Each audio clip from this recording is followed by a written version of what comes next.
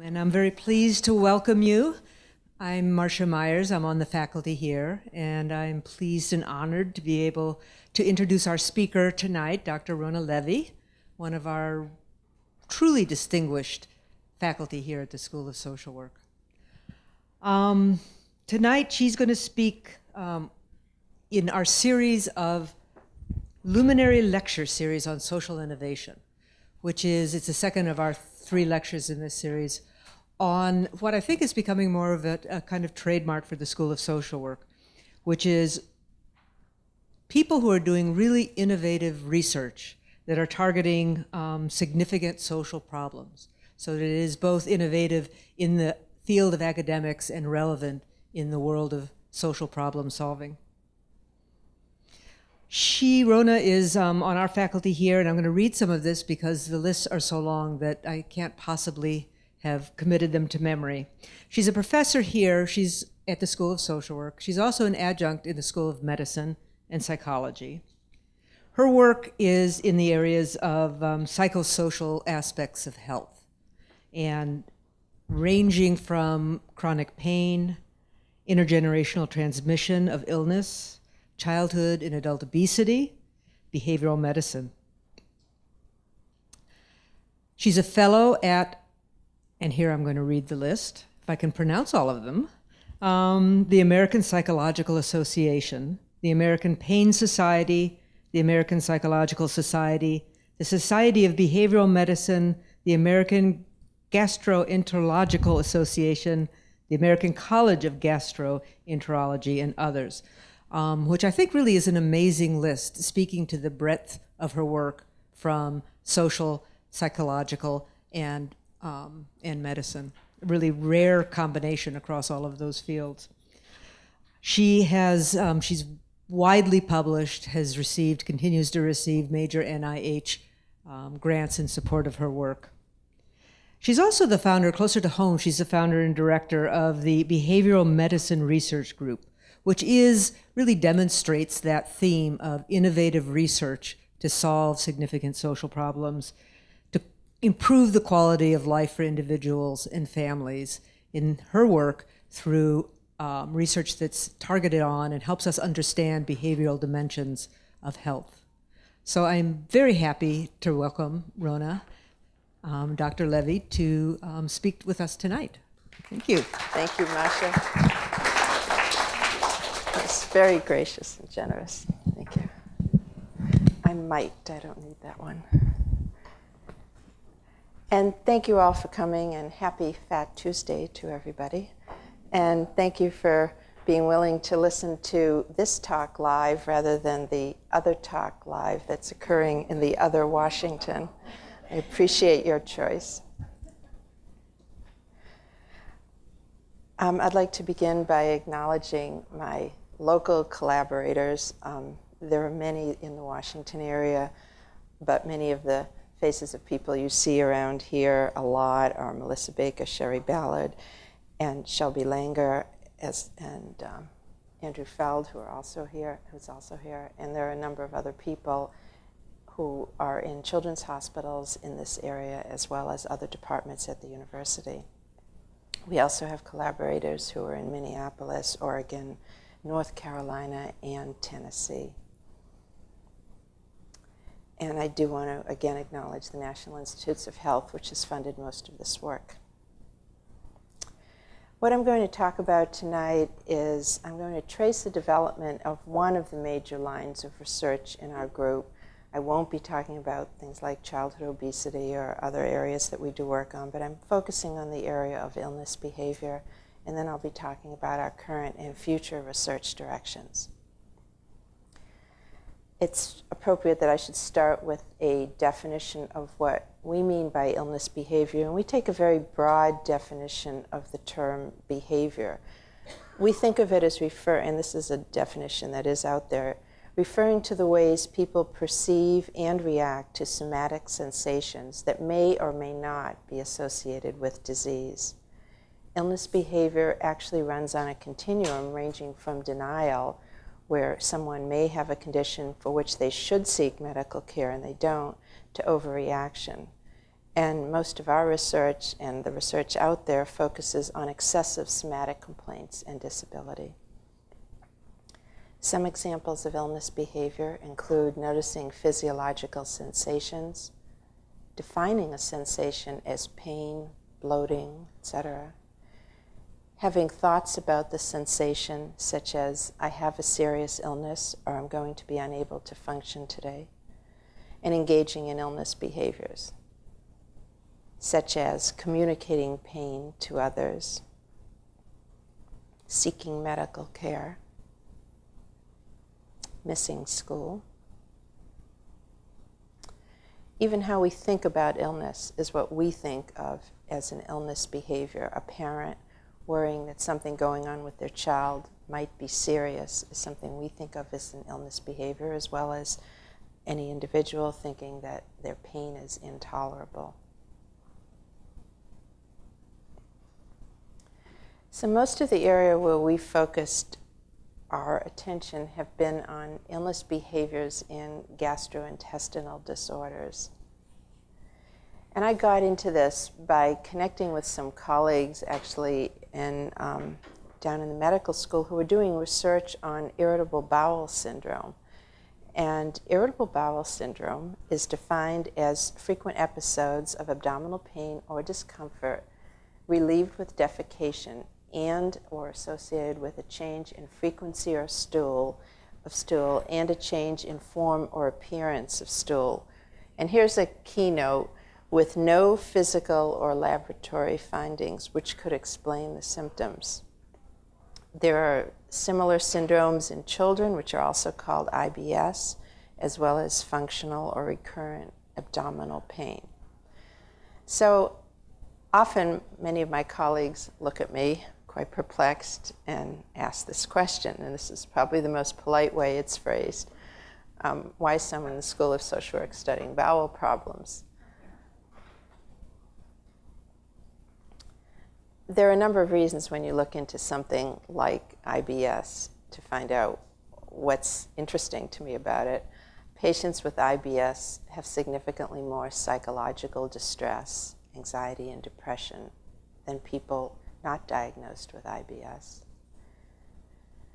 IBS is a very common phenomenon. Prevalence estimates cluster around 10 or 15%, but in children, abdominal pain is the most frequent reason for medical visits. I doubt anyone as a parent in here hasn't brought their child in to see a physician at least once for stomach pain. Patients with IBS have been shown to have a significantly lower quality of life, and there are high frequencies of childhood and other abuse in IBS patients. IBS patients with abuse histories report more severe pain, greater psychological distress, greater impairment of functioning, and more frequent visits to the doctor. And finally, debilitating stomach pain tends to run in families. Studies have shown that 15 to 37% of relatives of IBS patients are affected with IBS, compared to 4 to 16% of controls. So the answer to the question of how I got into the world of stomachs and gastroenterology is that it's an area where what is learned can be generalized to other broader important areas. It has a severe effect on many individuals' lives. Psychosocial factors are often involved. And it's an opportunity to look at multi-generational transmission. And it also gives an opportunity to get involved in preventive work. So the first study, thank you, Sue. So the first study we did was to look at what was going on with children of IBS parents. Nobody had really looked at that. They looked at relatives in general, but we looked at children, and we based our study at Group Health Cooperative. And we went into the database of Group Health Cooperative and pulled records of people who had IBS, including fathers, and we looked at their children, and we looked at the number and type of clinic visits from the automated database. And what we found was that the outpatient costs of those children case children were significantly higher than children whose parents did not get treatment for IBS. We also found, not surprisingly, that they had higher rates of visits for a variety of GI disorders. And in general, we found that children of IBS patients made more healthcare visits overall than children without IBS parents. And I don't have a slide for that up here now, but what was particularly interesting is that these children of IBS parents, most of the visits they made were not for GI problems. They were for other types of problems. In other words, they were high healthcare utilizers. Now, we know that most of the time a child is taken to the doctor by a parent. A child doesn't take themselves to the doctor. And so what we were concerned about was that, well, okay, you've got a population of people, IBS parents, who for whatever reason are high healthcare utilizers. Maybe they're dragging their children to the physician because that's what they think they should do. So we did our next study by interviewing these kids independently. And we interviewed children of IBS parents and children of parents who did not have IBS. And we also collected, again, the data on their visits and healthcare costs from automated records. And what we found is that when we interviewed the children separately, this is the child report, that the case children, the children of IBS parents, also separately reported that they had stronger GI symptoms than the controlled children. And that was similar to what happened in the parents, although the parents' rates are even higher when they're a case parent. So in other words, the kids were saying, yeah, I really do have problems. In other words, these aren't happy children. I love that second picture. Try to slip it into every slide. So I'm both a psychologist and a social worker, and I also have a public health degree, so I kind of glom all those together and take an approach that I call a biopsychosocial approach. And I believe a lot of factors contribute to why someone is a patient, why they have symptoms the way they do. Certainly social factors play into it. I believe gender plays into it heavily. Childhood background, and of course, biology. Now, and I wouldn't say this to all audiences, but when I have presented a lot of my data at medical talks, usually gastroenterology meetings, I've received a bit of resistance sometimes, and I think the reason for that is that each of us explains pain or any medical phenomenon by the influence of factors that affected us. Our personal history affects how we want to see what causes problems. The focus of the research we do, or the focus of the research that we happen to have read or have knowledge about. There are a lot of people investing a lot of careers in brain scans and in finding genetic patterns, some of whom are in this room. Our professional training. People in the health sciences are often trained differently than those of us who take more of a psychosocial approach. And it saddens me a little bit to say there's a huge industry out there that is focused on making considerable profits from convincing us that a lot of our problems need pills to cure what is wrong with us. And so they are funding a lot of research and supporting a lot of studies that are out there to say that the problems with IBS are primarily physiologically caused. Or to slightly alter what Upton Sinclair said, it's difficult to get a man or woman to understand something when her or his job depends on not understanding it. So when I have presented some of our data at medical conferences, the first reaction I got was, well, how do you know this isn't genetically caused? So to address that challenge, we got access to a database of twins. So here's the first step in our research progress. We got access to a database of twins, and we wanted to ask the question, can genetics explain the observation that children of IBS parents tend to have higher rates of medical problems? We did a twin study by looking at the concordance, the matching, of IBS in monozygotic and dizygotic twin pairs to assess heritability. And what we found was that there did seem to be a higher rate of concordance between monozygotic and dizygotic twins. The rates were 16.7 to 6.7. And that led us to conclude that there was some genetic contribution to IBS, significance of 0.3. Having a monozygotic twin increased one's risk of developing IBS by about 9%. What we did next that was novel and took it one step further was we then looked at the rates of concordance between monozygotic twins and their parents compared to dizygotic twins. This was sort of a little bit of statistical sophistication that I don't want to get into and probably can't get into very well. But the long and short of it is that, that if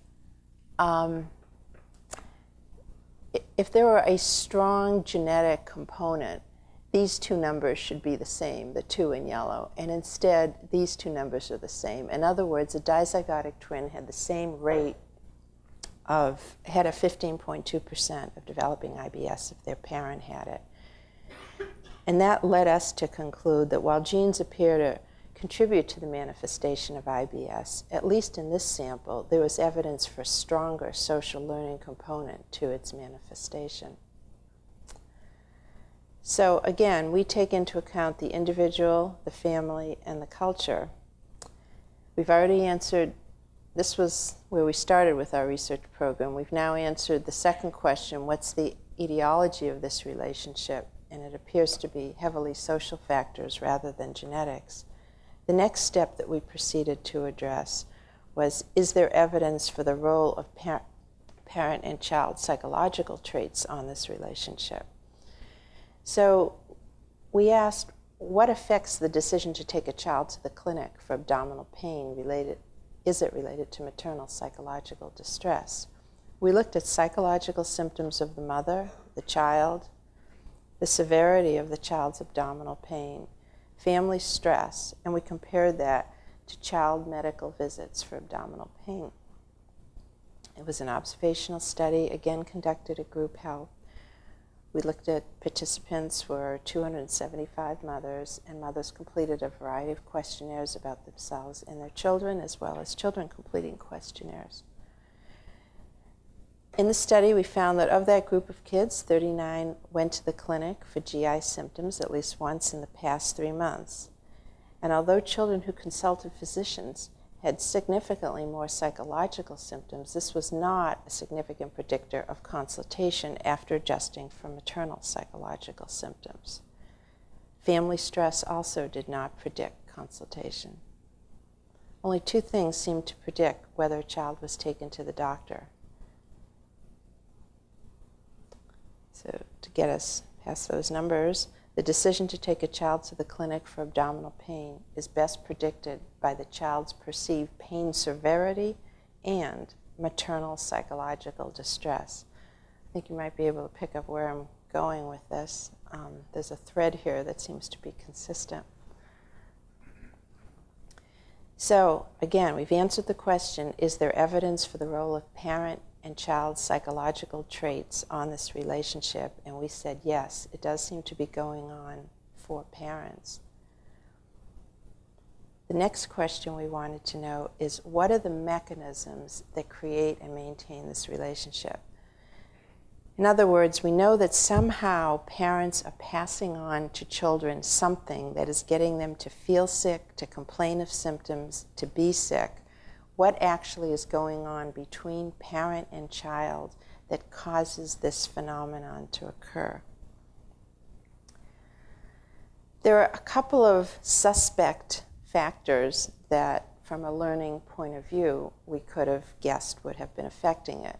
One would be modeling, or when parents discuss their illness in a certain way, or stay home from work and expect special considerations. Their children see this, and their children copy it. That's what modeling is. So if a parent is saying, I'm really ill, I should lie down, kids are learning all that time. Kids are like sponges, we all know that. So modeling is one possible phenomenon that could be going on. Another one is reinforcement. Very simply, this is a standard rule of Psych 101, behaviors that are rewarded tend to occur more frequently. When parents pay special attention or give gifts to a child who complains, the complaints are likely to increase. If a child is sitting there going, just kind of holding their stomach, if you can imagine this, and a parent says, Johnny, are you okay? Are you okay, Johnny? You sure you're all right? Johnny's going to be trained that, oh, yes, I should notice this and I should react to it. So that was the reinforcement question. We feel that our prior research answered a lot of the modeling question. In other words, children of IBS parents do exhibit more illness behavior than children of parents without stomach complaints. So we were interested in addressing the reinforcement question. In other words, is the way parents respond to children's somatic complaints related to the magnitude of these complaints?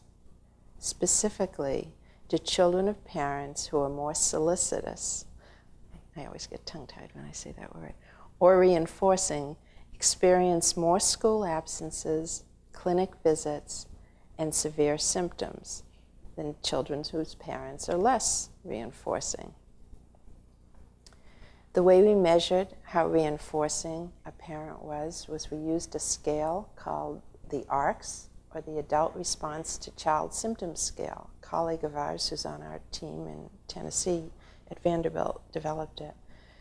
Her sample questions include things like, when your child has a stomach ache or abdominal pain, how often do you, and it's a 5-point scale, ask your child what you can do to help, express irritation or frustration with your child, do your child's chores or pick up your child's things instead of making him or her do it, or try to get your child to rest. And there's a whole bunch of questions like that. Those are only samples. And in this study, what we did is we basically found that the amount of reinforcement a parent gave was related to the amount of school absences that a child had. And we separated out parents without IBS, whom we expected would be considerably lower anyway than parents with IBS. But what we found that even though their rates were lower, generally parents who are low in terms of reinforcement tended to have considerably less school absence among their kids than parents who are high. The same was true for medical visits for stomach aches. And the same was true, although not as markedly, but generally the same pattern, for the child's perception of the seriousness of their own stomach aches. So, answering the question, what are some mechanisms created in maintaining this relationship, and answering it with modeling and reinforcement, leads us to the next question, which I think is the most important question, and the question we're all obviously interested in, which is, what are the best treatments for this kind of problem? The question we're interested in asking is, can we reduce, eliminate, or ideally prevent pain and related disability when there is no known physiological cause for this pain? A related study was done by our colleague Lynn Walker in a laboratory. It was kind of an interesting study. She took kids who had stomach pain complaints in general in their history and kids who didn't. And she brought them into the laboratory and gave them what's called a water load stressor. She had them drink a lot of water to make themselves uncomfortable. This went through IRB, it was all okay. It's the most gentle way of inducing discomfort in people. And then she gave the parents one of 3 sets of instructions. One group of parents, she told, I'd like you to, she didn't tell them anything. She just said, okay, your child's drunk all this water, they're uncomfortable, now just interact with your child. The second group of parents, she said, your child's drunk this water, they're uncomfortable, why don't you distract your child from the way they feel so that they can go about doing whatever they're doing. And the third group, she instructed them, pay attention to whatever your child is saying, they're feeling or doing, and give them attention if they say that they're uncomfortable or they're feeling pain. She got some pretty neat data. If you look at the families, both the well and the pain patients, the ones who were distracted had very low levels of symptom talk. The ones who were given no instruction were kind of in the middle. And the ones who paid attention to their children had fairly high rates of just talking about their symptoms. Of course, the kids didn't know what their parents had been told. So what we wanted to know is, can we take a paradigm like that and take this into the clinic, into a real clinic setting, and alter children's illness behavior by teaching parents and children to respond differently? So the first experimental study we did had 200 children in it, and these 200 children were referred for functional abdominal pain to a GI clinic, and their parents, 91% of the parents were female, mean age 44. They were randomized into 2 conditions. One of the conditions we call our social learning and cognitive behavior therapy condition. We worked with parents and children, we call it SLCBT for short. And in that, we tried to change parental response, relaxation, and tried to do cognitive behavior therapy. And we had what we call our education support condition. And this controlled completely for therapists' time and attention. So we spent the same amount of time with the parents and children. We gave them the same number of homework assignments, and we gave them all of the same questionnaires that we gave the other condition. And we also did this thing called a credibility check, where we compared what parents thought of both of the interventions, and because they didn't know that they were in a different condition, and parents in both conditions said that they found the conditions interesting and equally interesting. What we did that was kind of a little gutsy was we did this in 3 sessions. We wanted to see if we could bring about change in these kids' pain behaviors. Now, these were kids who had been referred, they'd been through a medical workup. We were interested in seeing whether we could change what was going on in their lives with just 3 short sessions.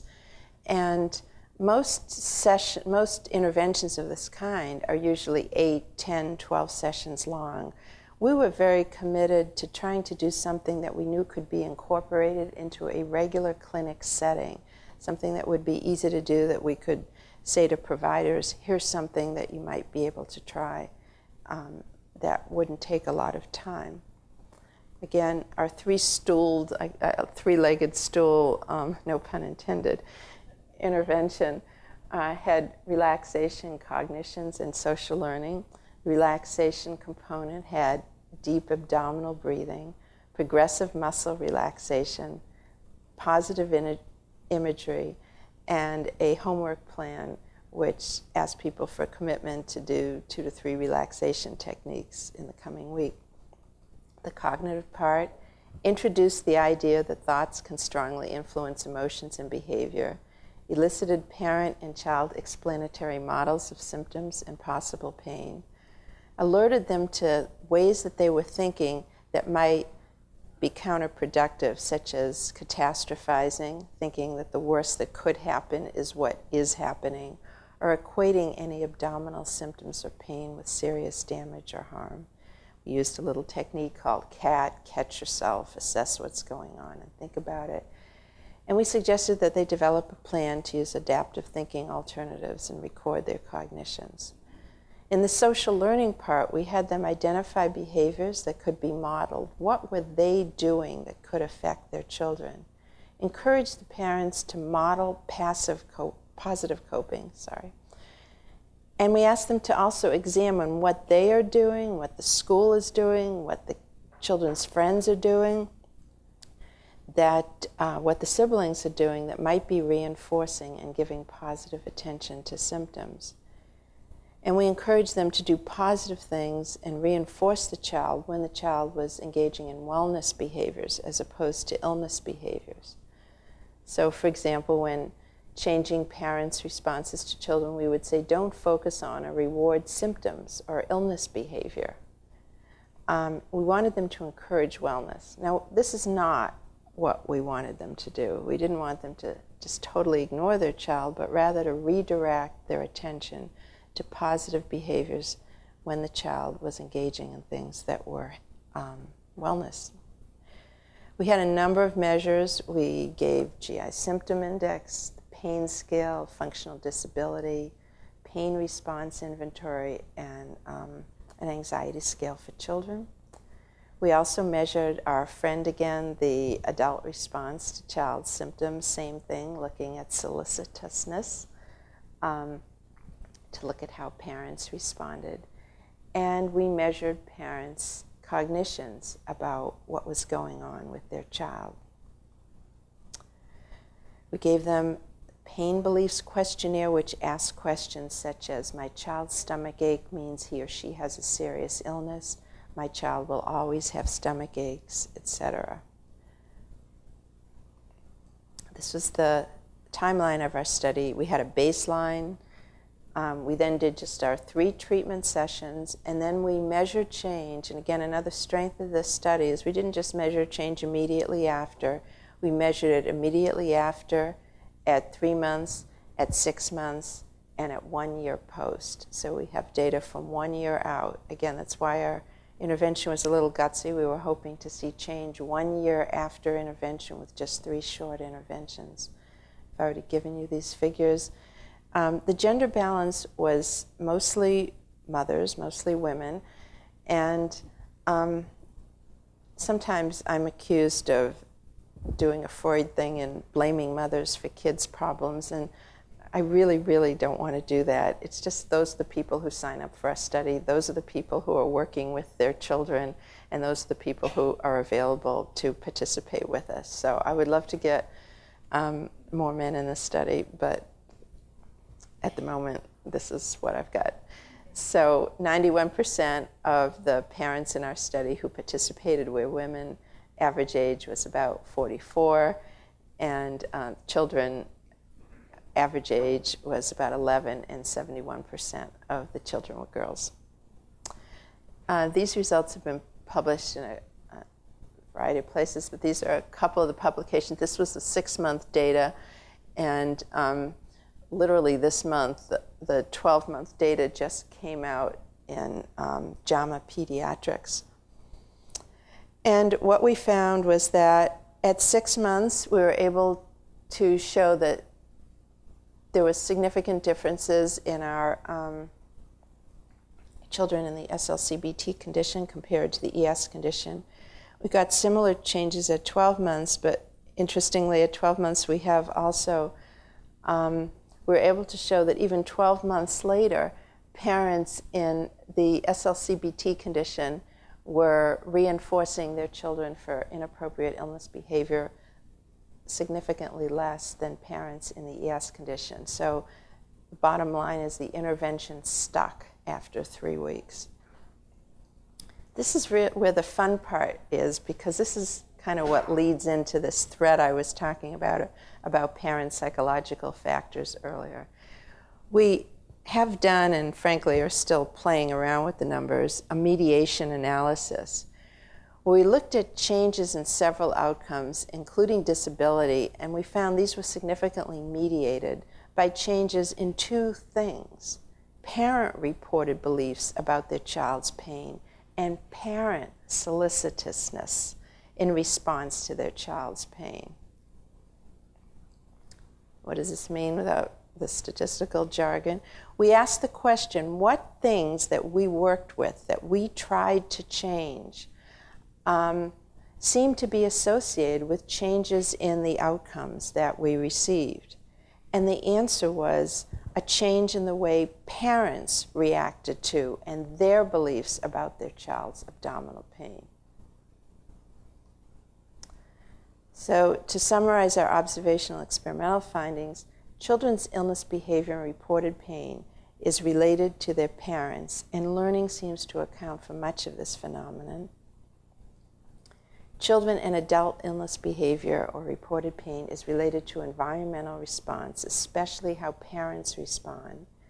In children and adults, reported pain and other symptoms can be altered by changing parent and child responses to illness behavior, and outcomes were mediated by changes in parent-reported beliefs about their child's pain and parent solicitousness.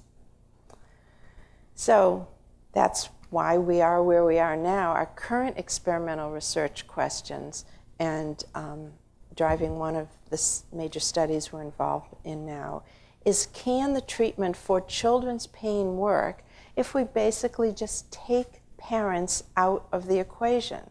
So instead of identifying the patient as the child and having the child go in and be treated for abdominal pain, what we're doing now, and what we have recently been funded to do, is treat the parents. Also, we're interested in a secondary question of whether these techniques could be delivered remotely to improve access to people who couldn't get into the clinic. There are a variety of remote techniques. We looked at these.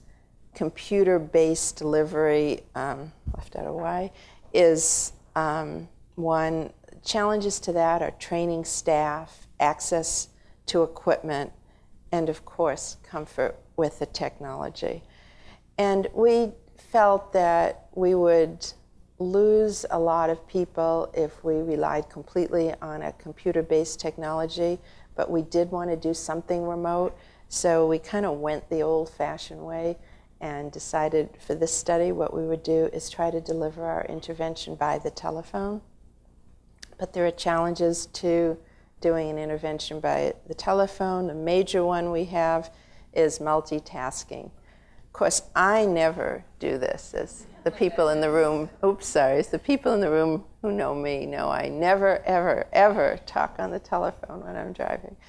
But some people do. And so that's a problem when you're talking to someone. You can't see what they're doing. They could be doing a million different things. This is my favorite one. But so that's the study that we're involved in now. And so we're asking the question, can we treat the children by treating only the parents, remotely? And that's the intervention. So we are currently involved and funded by NIH to do a study with 300 families. We're recruiting families from Washington, Oregon, and North Carolina. It is just the same old, my favorite number 3, telephone sessions. And we're working only with the primary parent. The kids are out of the study. Children do complete assessment measures, so we are getting data from children on what their pain levels are and what their disability is, but we are only doing the intervention with the parent. So I would say stay tuned for the results on that. Obviously, the goal of all this is to put the puzzle together of all of the pieces that affect and seem to be causing this problem. Eventually, what we'd like to do is move beyond just working to reduce abdominal pain to prevention so that we produce healthy and happy adults. Thank you very much.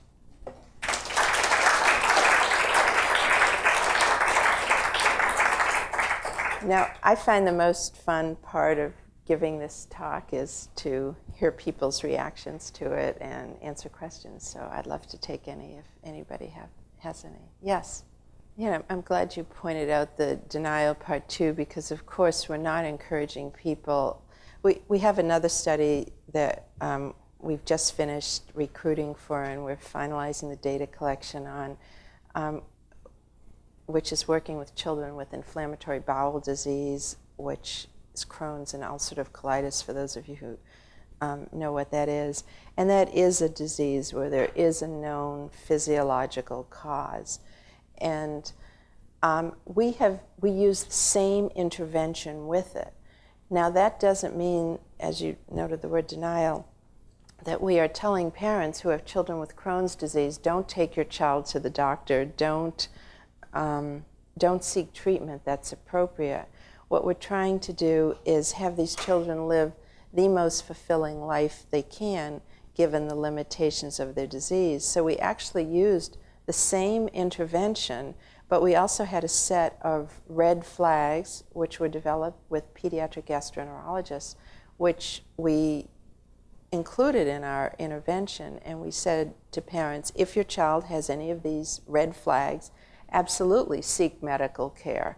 These are appropriate things to respond to. So again, it's getting that balance between denial or inappropriately being disabled, because some of this, you see some of these kids, they don't go to camp activities, they don't go to school activities, they really are not enjoying life. So it's a balance between overreacting and being in such denial that you don't seek the care that you would need. Parents do, yes, they do have some materials that they can access on the web that, like our tips and ways of getting things. Shelby, do you want to? You look like, yeah. Yeah, I should say there are 3 conditions. When we first applied, I just wanted to do a condition where we compared in-phone, as we did before, the in-phone SLCBT to an in-phone ES. NIH came back and said, well, only funded basically if you include an in-person SLCBT. And I said, well, gee, we've already done that. That's what the whole last study was about. And they said, no, we want you to do it in this study. So it's actually 3 conditions with an in-person SLCBT that is identical to the one that I talked about in the prior study. Yes? How do you separate out, I guess, actual and perceived pain that's being responded to with distraction as opposed to, being responded to with taking the child to the doctor? Maybe I missed this point, but. Well, first of all, these are all kids in the study that I spent most of the time talking about, not the IBD study that I didn't talk about, but these are mostly kids who have had a complete physical workup. And so nothing has been found that there are no lesions, there are nothing that we can sort out is going on. But I'm glad you raised that question, because some people might say, if I can get to that slide, is their pain really gone?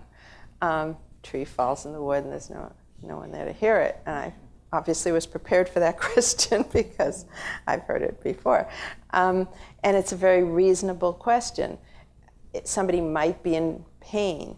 Pain is a very interesting phenomenon. It's almost impossible to say, is somebody really in pain, unless you're actually physically inside someone else's skin. And we're not about teaching people to, as I said, deny real things that are going on. But for example, if I said to all of you right now, I want you to focus on your bottoms, and you're probably a little uncomfortable because those aren't probably the most comfortable seats you've ever sat in. There's sort of a pressure there, but you're all of a sudden you're going to start directing your attention to thinking about how you're feeling, and you're going to focus on it more, and you might be squirming, and you might be going, why doesn't she just stop talking so we can leave and go sit in a comfortable chair? Pain is kind of a weird phenomenon, and what we're about is just saying to people, given that we're experiencing physiological sensations, given that a lot of it has to do with where our minds go and how we think about it and how we respond to it. How can we maximize living your life to the fullest, be less disabled, have a higher quality of life? We measure quality of life, go to school, go to work, do all these things with whatever is going on in your body. But again, back to the fact that we want to certainly make sure that there's nothing that is going on that medical science can treat. So it's kind of a roundabout way of answering your question whether pain really exists. I don't know. I don't know. I don't know if I were in your body right this minute whether I would be experiencing what I would label as pain. One of my favorite studies was done probably 50 years ago by a guy named Irv Zola. And he was, I hope I don't insult anyone with the ethnic divisions here, but worrying about upsetting people has never been my life motto. Anyway, so this guy, Irv Zola, was working in Boston, and the two populations he had to work with were Irish and Italians. And he could actually measure the level of inner ear infection that people had. Inner ear infections are one of those diseases that get coded on a scale. And so he could match people up so that they had equal levels of infection and theoretically pain. And he said, he would say to the Irish at a certain level of pain, or a certain level of inner ear infection, are you experiencing pain now? And they might go, well, no, I wouldn't call it pain. It's kind of a pressure. It's, so you know where this is going. And then he'd ask the Italians, are you experiencing pain? Mamma mia, So pain is an individual, a social, and a cultural phenomenon. And as I said, we're about having people live their lives to the fullest, whatever their interpretations are. Yes? Well, this is a chronic pain. I mean, we are working with kids who...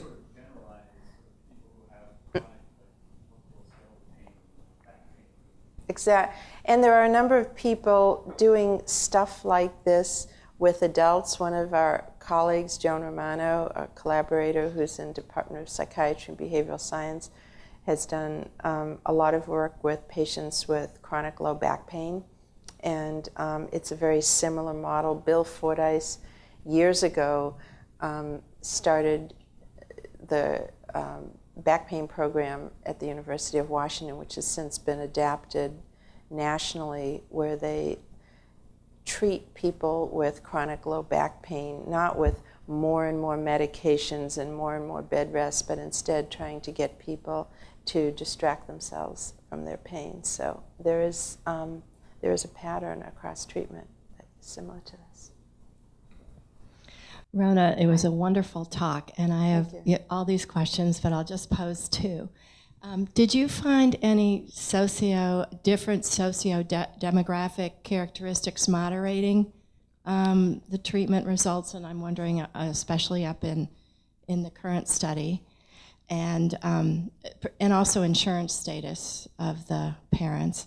That's the first question. And then if this were to be rolled out with the Affordable Care Act, who could deliver this intervention? Who in the clinic, and what kind of degrees? Or do you really need to have a master's degree to do this? So, I'm enough of a scientist that I don't want to answer the second question without having the data on it. I think many of the techniques could be trained. We have only used master's or PhD level people to deliver the intervention. It's an interesting question, and maybe should be one of our next research questions, of whether we could take lay people and give them sufficient training to transmit these concepts to families. And I think that would be an excellent question to ask. Nobody has done that yet. The first question I would love to be able to answer.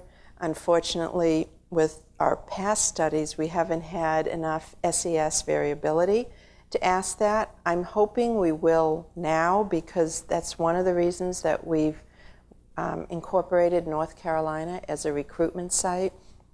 We have a lot more racial and SES variability in North Carolina. In fact, a third of our participants at least will be coming from there. So we're hoping that we'll get more ability to ask those questions, and I'll let you know. Thank you. And I wonder if you get pushback. So some subset of parents presumably themselves have learned these behaviors because they were rewarded for them. And so I wonder if you get pushback, particularly when you obviously shift the focus to them from the parent-child to, we're just going to intervene with you. Do you get pushback? Yeah. Well, just a little story. One of my earlier publications in this area, somehow it was in an IBS newsletter or something, and I got the longest email I have ever received in my life from this woman, basically saying, I've had IBS my whole life, and I've suffered my whole life, and how can you blame my parents? My father was a real mountain man, and he used to push us up mountains without any equipment, and he always told me no matter how much I was in pain, I had to keep going, and how can you blame my wonderful parents? And I said, these are statistical. I'm not pointing fingers at anyone in particular.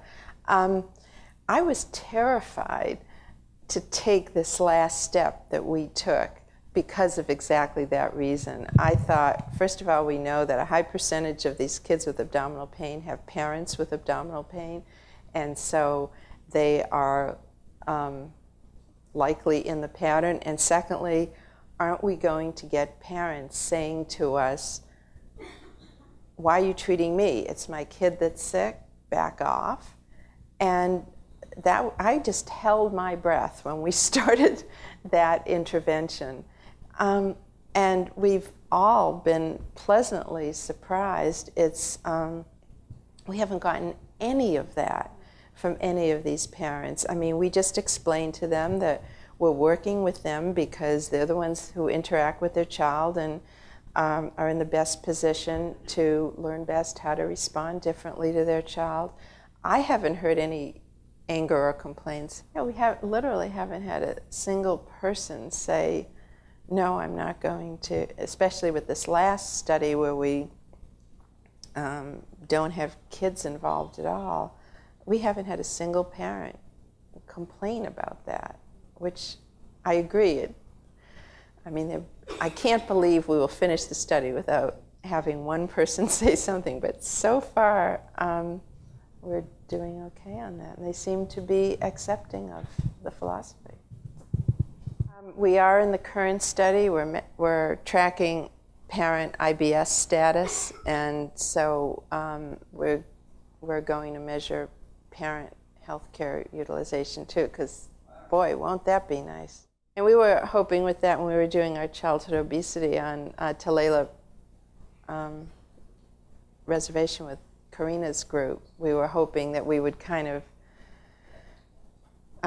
sort of sell it as trying to improve the health of children, but hope we would change adult things. Yeah, we often try to slip in and get that double gain. Yes. But that's what this slide is, that's what this picture is about. You know, we say to the parents, instead of taking all the love, we don't want them to suddenly become, you know, cold, nasty people who don't give their child any attention. Or what we want them to do is shift the focus of their attention and their reinforcement to behaviors that encourage wellness and maximized quality of life.